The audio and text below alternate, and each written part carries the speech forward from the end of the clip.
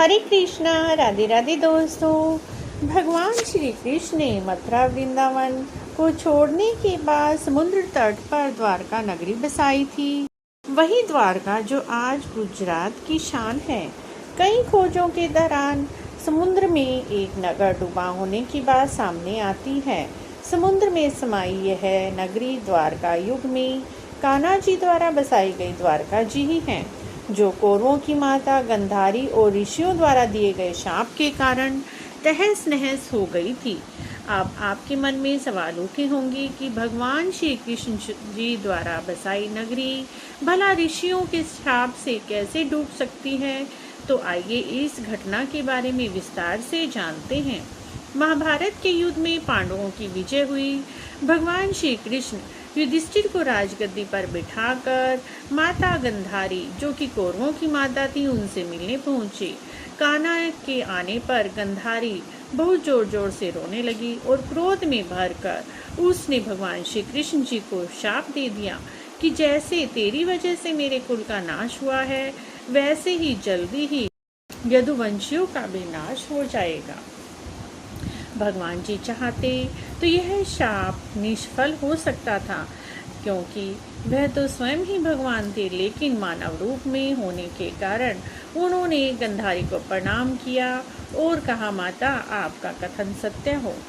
इसी प्रकार एक दूसरी घटना भी मिलती है जिसमें ऋषियों के शाप का वर्णन किया गया है।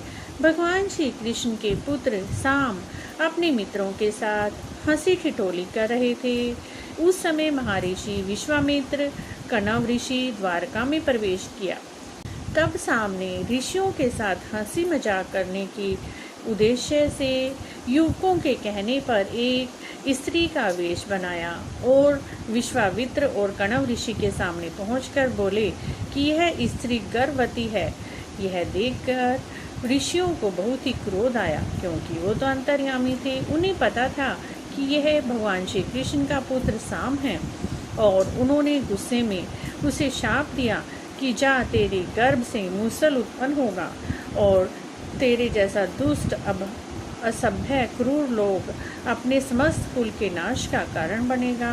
इस घटना का पता भगवान श्री कृष्ण जी को चला तो उन्होंने कहा कि ऋषियों की वाणी कभी भी व्यर्थ नहीं जाएगी। अगले दिन साम ने एक मूसल को जन्म दिया। उस मूसल को राजा उग्रसेन ने चूर्ण बनवाकर समुद्र में फिकवा दिया।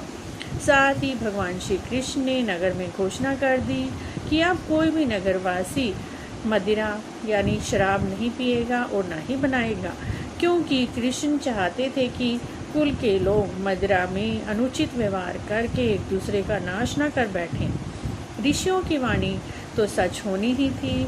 धार्मिक पुस्तकों के आधार पर महाभारत युद्ध के 36वें वर्ष में द्वारका नगरी में बहुत सारे अपशगुन होने लगे। कान्हा ने सभी यदुवंशी पुरुषों को तीर्थ स्थान पर जाने के लिए कहा। सभी लोग द्वारका नगरी से तीर्थ के लिए निकल गए। प्रभाव क्षेत्र में आने पर विश्राम के दौरान किसी बात पर लोगों में आपस में बहस छिड़ गई और बहस का रूप जल्दी ही झगड़े में बदल गया, और झगड़ा कब मार पीट में बदला पता ही नहीं चला। इस दौरान ऋषियों का शाप फलीभूत हुआ।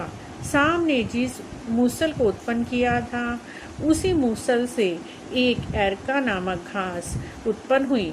लड़ाई के दौरान जो भी उस एरका घास को उखाड़ता, वह मूसल में परिवर्तित हो जाती। ऐसा मूसल जिसके एक प्रहार से व्यक्ति के प्राण चले जाते थे। इस लड़ाई में ही भगवान श्री कृष्ण के पुत्र प्रद्युम्न भी मारे गए। सूचना मिलते ही कान्हा प्रभाव क्षेत्र पहुंचे। अपने पुत्रों और परिजनों को मृत देखकर भगवान श्री कृष्ण जी बहुत दुखी हुए। अब केवल भगवान श्री कृष्ण, उनके सारथी दारुक और बलराम ही बचे थे। इस पर भगवान श्री कृष्ण ने दारुक से कहा कि हस्तिनापुर जाकर अर्जुन को यहाँ ले आओ। फिर बलराम को वहीं रुकने के लिए कहा और स्वयं अपने पिता को सारी सूचना देने के लिए द्वारका चले गए। कान्हा ने वासुदेव जी को नरसंहार के बारे में बताया और कहा कि जल्दी ही अर्जुन यहाँ आएंगे। आप नगर की स्त्री और बच्चों को लेकर अर्जुन के साथ हस्तिनापुर चले जाइएगा। जब श्री कृष्ण वापस प्रभाव क्षेत्र पहुँचे तब बलराम जी ध्यान अवस्था में बैठे थे। कान्हा के पहुँचते ही उनके शरीर से शेष नाग निकले और समुद्र में चले गए। अब श्री कृष्ण इधर उधर घूमते हुए अपने जीवन और गंधारी के शाप के बारे में विचार करने लगे। फिर एक पेड़ की छांव में बैठ गए। इसी समय जरा नामक शिकारी का बाण उनके पैरों में आकर लगा, जिसने दूर से उनके पैर के अंगूठे को हिरण का मुख समझकर बाण चला दिया था। जब वह शिकारी शिकार उठाने पहुंचा तो श्री कृष्ण को देखकर क्षमा मांगने लगा।